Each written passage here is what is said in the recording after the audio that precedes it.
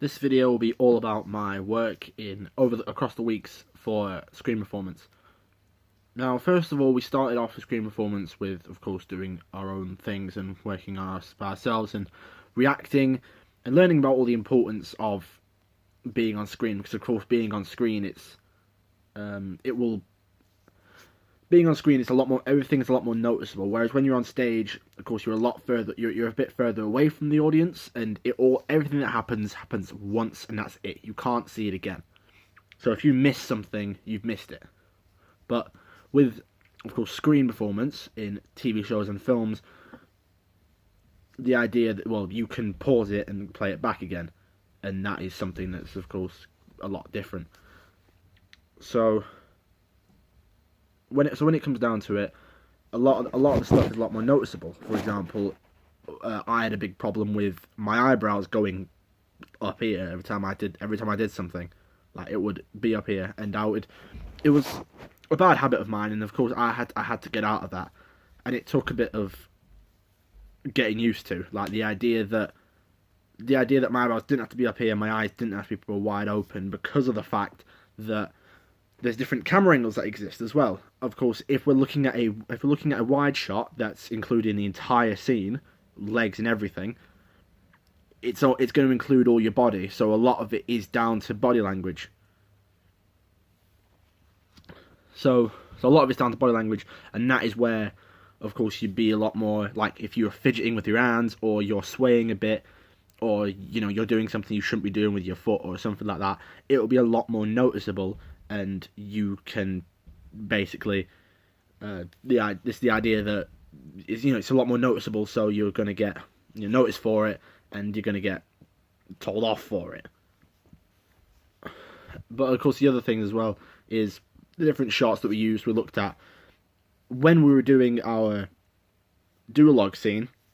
Me and Chris decided to do a scene from Gavin and Stacey.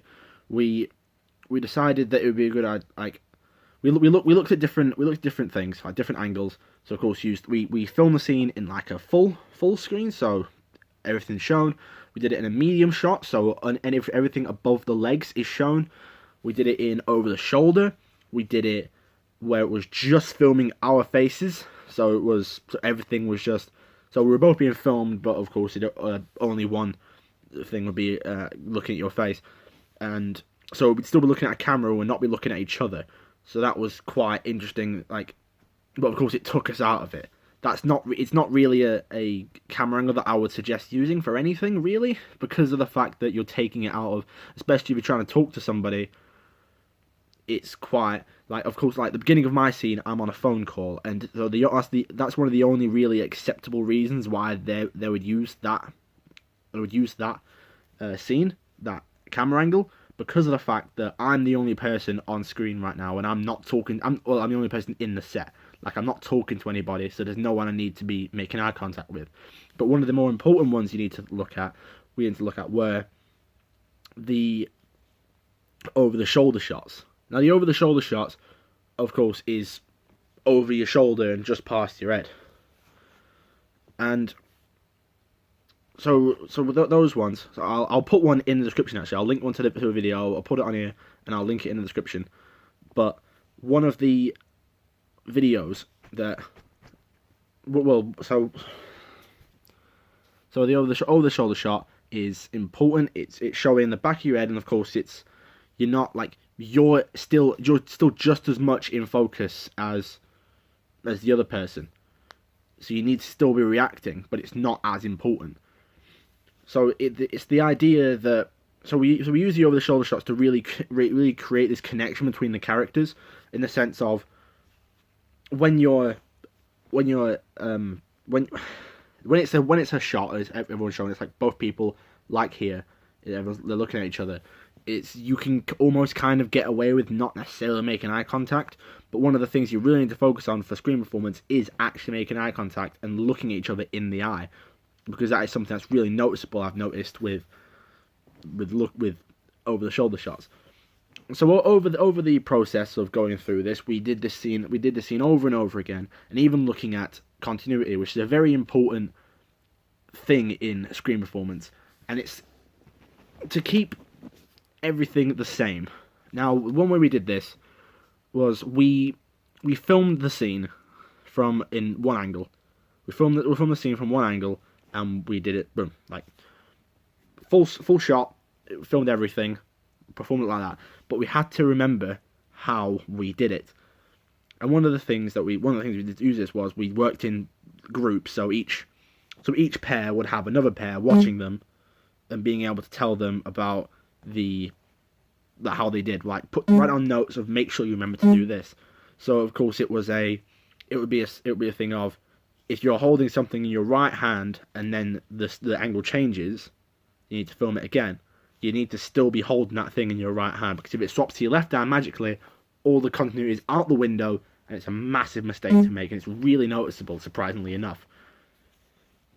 So working on that, we filmed it once all the way through, and then we filmed it from another angle all the way through. Now this isn't necessarily what would happen in the actual scenario, because we actually did this.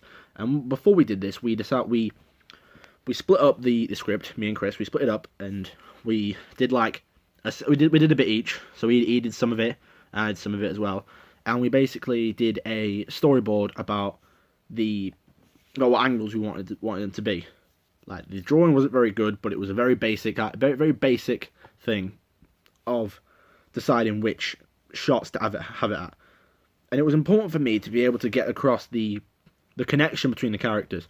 So one thing I did right at the beginning of my section, because it was talking between two people, and I had this idea that it would just be them two talking, but when Chris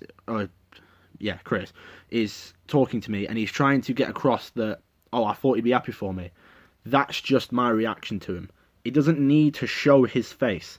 But just because he's talking doesn't mean he needs to show his face. So I had the idea that whole little section of it would be focused entirely on me and my reaction to it, rather than what he's saying. So the focus then is taken from not necessarily taken from him, but it is put more into me. So I'm the main focus of that little section, because it's my reaction to the situation. So after filming this, we've not got them back yet, so I can't link it, but I can link that clip that I said about the over-the-shoulder shots. Again, after this whole process was finished, after we finished that, we took a quick look at presenting. Now, presenting is very different from acting, because you're not supposed to, we're not portraying any characters, not necessarily anyway. The one thing we need to what we did was we had to find a story, and of course with these stories, if they were serious, we'd have to be serious. If they were weird, we'd have to be, if they were funny, we'd have to be more funny about it, but not necessarily like trying to make it a comedy. We'd just be less serious about it. So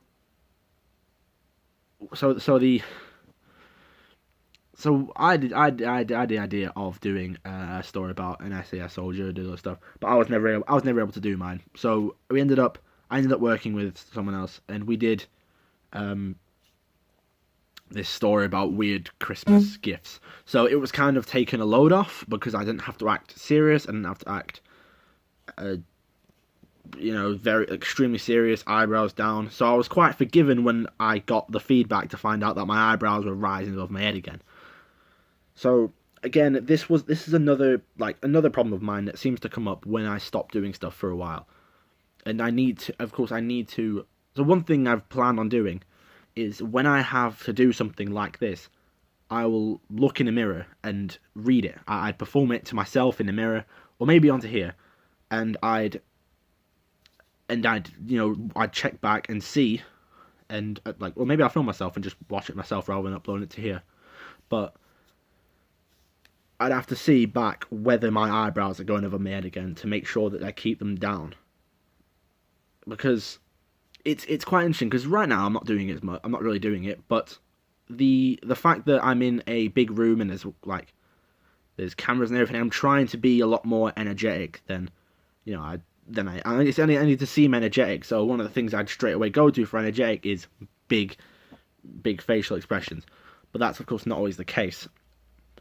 And then we worked on, so rather than working in the duo afterwards, we worked in solo, which worked a lot better for me because I remember my script, so I didn't need to necessarily look at it as much. But